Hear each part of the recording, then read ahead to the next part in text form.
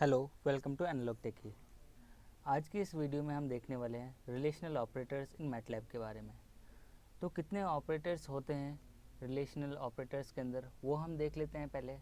तो सबसे जो पहला होता है वो होता है हमारा लेस देन, फिर होता है हमारा less than equals to, then होता है ग्रेटर देन, उसके बाद होता है ग्रेटर देन इक्वल टू, फिर होता है इक्वल टू और फिर होता है नॉट इक्वल टू। तो ये सारे रिलेशनल ऑपरेटर्स होते हैं हमारे मैटलैब के अंदर।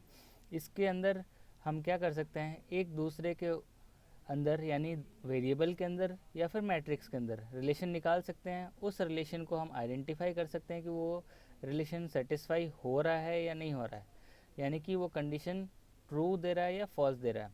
अगर ट्रू देगा तो आउटपुट 1 आएगा, अगर फॉल्स देगा तो आउटपुट 0 आएगा।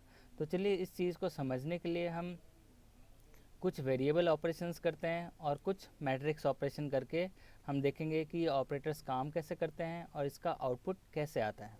तो चलिए मैं मैटलैब विंडो खोल लेता हूँ पहले और फिर उसके ऊपर हम ऑपरेशन परफॉर्म करेंगे। सबसे पहले एक वेरिएबल क्रिएट करें, उस वेरिएबल के अंदर हम कंडीशंस अप्लाई करें।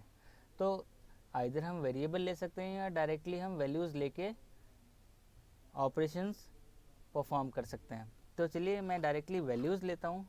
वैल्यूज़ सपोज़ मैंने ले लिया 10 और मैं चेक करना चाहता हूँ क्या इक्वल्स टू 10 है, यानी डायरेक्टली मैंने वैल्यूज़ ले ली।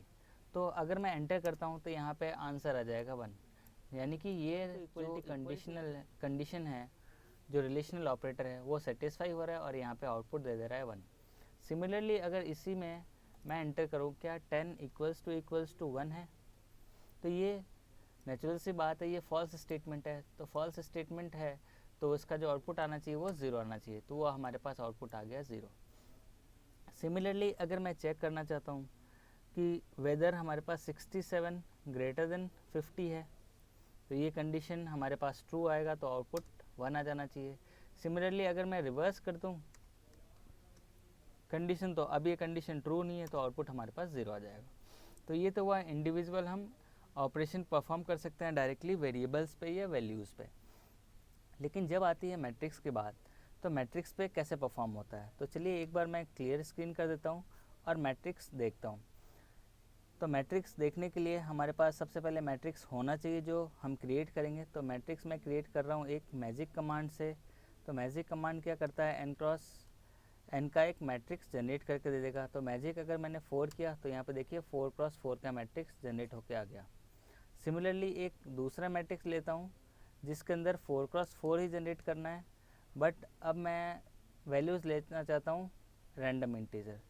तो मैं रैंडम कमांड यूज़ करूँगा। 4 रोज़ एंड 4 कॉलम्स के अंदर ही हमारे पास मैट्रिक्स जनरेट होना है इसके अंदर भी। तो यहाँ पे देखिए मैक्सिमम वैल्यू 4 आती है और 4x4 का मैट्रिक्स जनरेट हो जाता है इस कमांड से। तब इसके अंदर मैं चाहता हूँ कि मैं कोई भी रिलेशनल ऑपरेटर अप्लाई करूँ। तो सपोज़ मैं चेक करना चाहता हूँ, अब यहाँ पे हमें क्या करना पड़ेगा, ये वेरिएबल ए ओवरराइट हो गया, तो इसके अंदर हमें इस वेरिएबल को यानी कि दूसरे वाले को या पहले वाले को रिप्लेस करना पड़ेगा। तो चलिए मैं इसको मैं बी से असाइन कर देता हूँ। तो B equals to magic command लेके 4 लिख देता हूँ। तो यहाँ पे देखिए अब ए और बी हमारे पास दो वैल्यूज़ आ गई हैं। ए के अंदर 4x4 है और बी के अंदर भी 4x4 है, तो दो मैट्रिक्स अब हमारे पास आ गए हैं। तो इसको मैं एक बार क्लियर कर देता हूँ, एक बार ए और एक बार बी एंटर करता हूँ। अब इसके अंदर मैं रिलेशनल ऑपरेटर अप्लाई करना चाहता हूँ, वो कौन सा, ए इक्वल्स टू बी। तो जहाँ भी कंडीशन सेटिस्फाई होगा वहाँ पे आउटपुट 1 आ जाएगा, और जहाँ भी कंडीशन सेटिस्फाई होने का मतलब ये है कि ये अब एलिमेंट बाय एलिमेंट कंपैरिजन करेगा of matrix A and B. ध्यान रखिए कोई भी हम रिलेशनल ऑपरेटर लेते हैं तो उसके अंदर एलिमेंट बाय एलिमेंट कंपैरिजन होता है, उसके बाद रिजल्ट हमारे पास आता है कि आइदर वो कंडीशन सेटिस्फाई हो रही है या नहीं हो रही है। तो यहाँ पे मैं एंटर करता हूँ ए इक्वल्स टू बी देके, तो यहाँ पे देखिए सब जगह 0 आया, सिर्फ इस पोजीशन पे और इस पोजीशन पे 1 आया। मतलब यहाँ पे देखिए आप ए के अंदर ये पोजीशन और ये पोजीशन यहाँ पे दोनों सेम है, तो कंडीशन हमने अप्लाई किया क्या, इक्वल्स टू है, तो ये कंडीशन सेटिस्फाई हो रहा है, यानी 4 और 4 इक्वल है, और सिमिलरली 1 और 1 इक्वल है। तो दोनों के अंदर जहाँ भी इक्वल कंडीशन सेटिस्फाई हुआ वहाँ पे आउटपुट 1 आ गया। उसके अलावा कहीं भी कोई भी वैल्यू मैच नहीं हो रही, सपोज यहाँ देख सकते हैं 4 और 15 है तो मैच नहीं हो रहा, तो यहाँ पे आउटपुट 0 आ गया, यानी कि ये कंडीशन सेटिस्फाई नहीं हुआ। सिमिलरली वापस से ए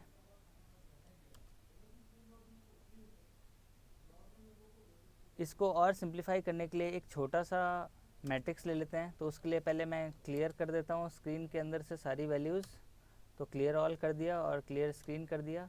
अब ए ले लेते हैं कोई भी सिंपल सा मैट्रिक्स जो 2x2 का हो, तो 5 0 6 10 ले लेते हैं। तो ये हमारे पास एक छोटा सा मैट्रिक्स आ गया 2x2 का। इसके अंदर कंपैरिजन हम इजीली देख सकते हैं। बी के अंदर हम ले लेते हैं, एक तो सेम वैल्यू लेते हैं पहला जो 5 है, दूसरा ले लेते हैं 10, फिर 3 और 6 ले लेते हैं। तो ये हमारे पास दूसरी मैट्रिक्स होके आगे बन के आगे। अब इसके अंदर हम क्या करेंगे, कंपैरिजन लगाते हैं कि क्या ए ग्रेटर देन बी है, यानी हर एलिमेंट बाय एलिमेंट कंपैरिजन होगा ए और बी मैट्रिक्स के अंदर। तो अगर मैं एंटर करता हूँ तो यहाँ पे देखिए पहला वैल्यू चेक हुआ, क्या 5 ग्रेटर देन 5 है, तो आंसर इज़ नो, तो यहाँ पे 0 आ गया। वेदर 6 इज़ ग्रेटर देन 3, तो ये कंडीशन सेटिस्फाई हो रहा है, हाँ है, तो ये हमारे पास 1 आ गया। सिमिलरली क्या 0 ग्रेटर देन 10 है, नहीं है, तो 0 आ गया। सिमिलरली 10 ग्रेटर देन 6 है, येस, देन आउटपुट हमारे पास 1 आ गया। तो इसी तरह से हम सारे ऑपरेशंस जो रिलेशनल ऑपरेटर्स हैं उसको हम परफॉर्म कर सकते हैं। इसी तरह से एक आता है उसके अंदर भी नॉट इक्वल टू। तो नॉट इक्वल टू के लिए हम डायरेक्टली अगर कमांड लें इक्वल टू वाला, तो इसी के अंदर हम अप्लाई कर सकते हैं इक्वल टू या नॉट इक्वल टू। तो इसी के अंदर हम देखते हैं A not equals to B. Not equals के लिए हमें नेगेशन का सिंबल लगाना पड़ता है, ये रहा नेगेशन का, इक्वल टू और बी अप्लाई कर दिया।